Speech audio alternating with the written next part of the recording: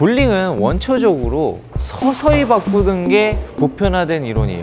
서서히, 천천히, 조금씩 바꾸는 게 평균 이론이지만, 내가 정말 이렇게 시도를 했는데도 안 고쳐지고 정말 오래 걸린다 했을 경우에 이렇게 하셔야 됩니다. 오마이갓 신승현입니다. 우리 시보리들 볼링 자세에 있어서 어떤 걸 고치고 싶어? 이미 고치는 중이라면 어떤 걸 고치고 있어? 근데 안 고쳐진다고? 날 따라 해봐요.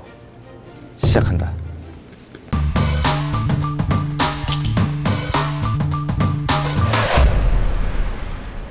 여러분들은 볼링 자세를 어떻게 고치시나요? 레슨을 받으시나요? 아니면 유튜브를 보면서 고치시나요? 아니면 모임에서 티칭을 받으시나요?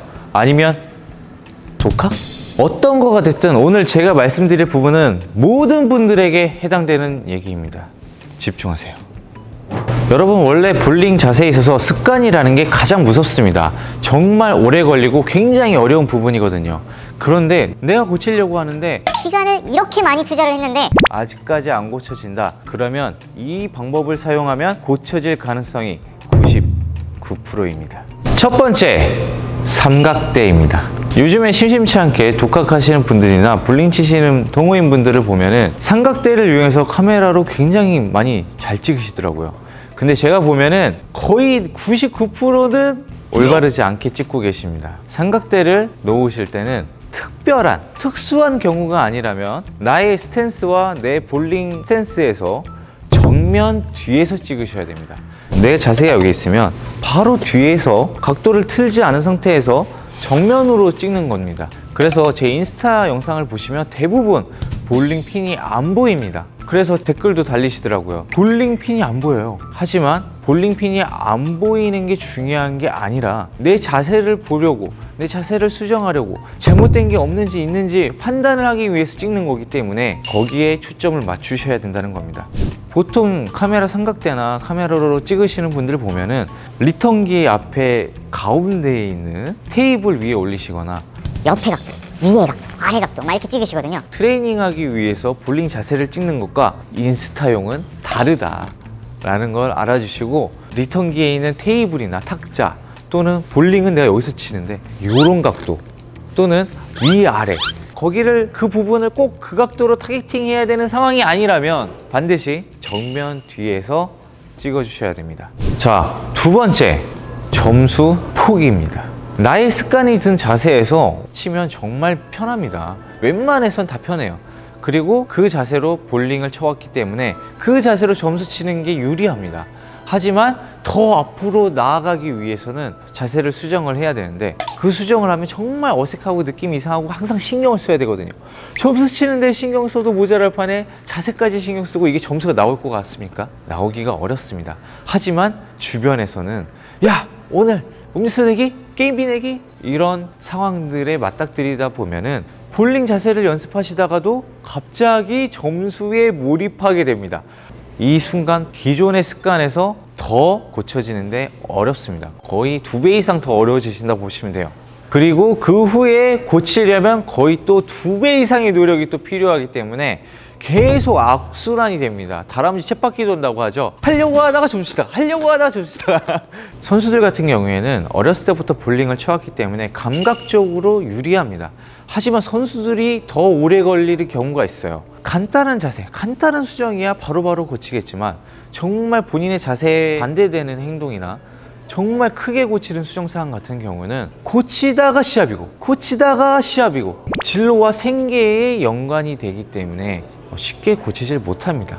그래서 시즌이 끝난 후 다음 시즌을 준비하면서 수정을 하거나 이런 경우가 있어서 거의 대대적인 수정은 1년에 한 번 되는 게 통상적입니다. 그래서 오히려 선수들이 더 오래 걸릴 수 있지만 보편적으로 자세 연습을 한다고 하면 팀에서도 배려를 해줍니다. 그 정도로 이 점수를 잠깐 내려놓고 좀 더 습관화를 들이신 후에 하시는 걸 추천드리겠습니다. 만약에 내기를 반드시 해야 하거나 정기전을 무조건 나가야 되는 상황이다, 그러면 그냥 다 음료수 돌리세요. 그 정도 가고 있으면 반드시 고칠 수 있습니다. 자, 세 번째, 극단적인 느낌입니다. 나의 습관이 든 곳에서 아무리 이렇게 수정해도 변화가 없는 이유가 뭘까요? 바로 극단적이지 않아서 그렇습니다. 볼링은 원초적으로 서서히 바꾸는 게 보편화된 이론이에요. 서서히, 천천히, 조금씩 바꾸는 게 평균 이론이지만, 내가 정말 이렇게 시도를 했는데도 안 고쳐지고 정말 오래 걸린다, 그런 시간을 투자했는데도 변화가 없다 했을 경우에 이렇게 하셔야 됩니다. 예를 들어서 말씀을 드릴게요. 턴이 요 정도가 됩니다. 요 정도가 돼요. 하지만 이거를 요렇게 바꾸고 싶습니다. 그런다고 했을 때 내가 이렇게만 올리자, 이렇게만. 했을 때 턴이 그대로 들어갑니다. 자, 경험해 보셨을 거예요. 근데 제가 평균적인 수치를 말씀드릴게요. 턴이 이만큼 되는 사람들은 그 시점에서 턴이 이만큼 된다라고 반대적으로 하셔야 스트레이트가 됩니다. 이게 통상적인 평균적인 수치입니다.